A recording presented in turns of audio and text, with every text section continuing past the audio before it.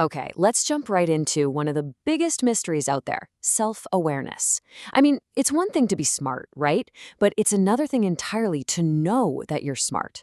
It's this incredible paradox. How can any system, whether it's a human brain or some future AI, actually turn its focus inward and understand itself? So let's just put that question right out there. How is it even possible for the thing that's doing all the thinking to also become the thing it's thinking about? It almost feels like it should be impossible, you know? Kind of like trying to see your own eyes without using a mirror. And yet, we do it constantly. Well, this ability actually has a name. It's called metacognition. It's that little voice in your head that chimes in with, hang on, I don't think I'm getting this. Or maybe, yep, I'm pretty sure I've got this one. It is literally thinking about thinking. And in the framework we're going to explore today, this isn't just some neat little trick. It is the absolute heart of how a mind works. Now, to even get to that point, any intelligent system needs a place to start. And that starting point is an internal model of the world around it. The best way to think about it is like a map. And this map isn't just a static picture, it's a living, breathing representation of how the system thinks the world works.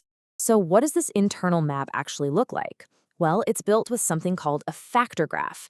And honestly, the best way to picture this is to think about a detective's evidence board. Every little piece of info, we'll call them beliefs, is like a node, a pin on the board, asking a question like, is it raining? And then you've got these connections, these factors, that link the beliefs together with rules, kind of like a string connecting the rain pin to another pin that says the ground will be wet. So yeah, those are the two key ingredients. You've got your variable nodes, which hold the system's best guesses about how things are, and then you have your factor nodes, which hold all the rules of the world, the cause and effect relationships that tie everything together. It's how the system makes sense of what's going on around it. Okay, and here is where things get really, really interesting. That map we were talking about, that whole factor graph, it's not just floating around in some abstract digital space.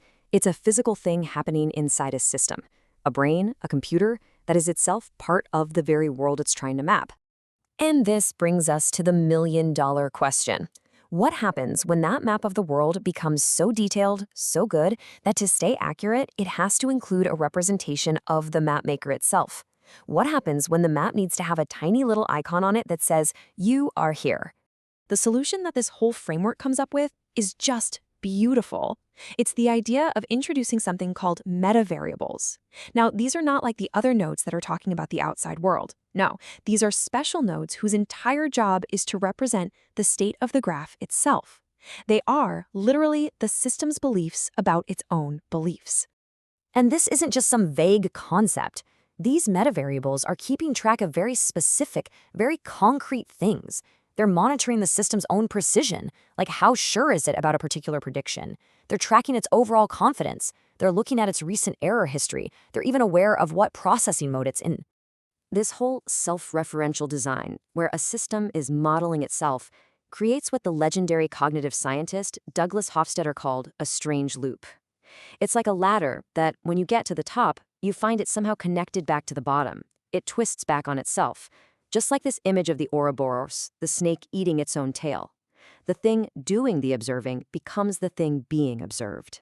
And right here, we can basically see the engineering diagram for that loop. You have the meme system doing its thing, processing information, and forming a belief about the world. That process, including its mistakes and how sure it is, gets observed by the metavariables. But here is the absolute key.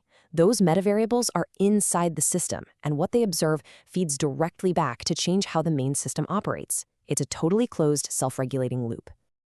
And this is the massive paradigm shift. We're not talking about some separate program watching from the outside and taking notes. This is real, deep, genuine self-reference. The model contains the modeler, which contains the model. The circle is completely and totally closed. You want to know the most amazing part of all this? This isn't just some abstract theory for a futuristic robot. It is a description of you, right now.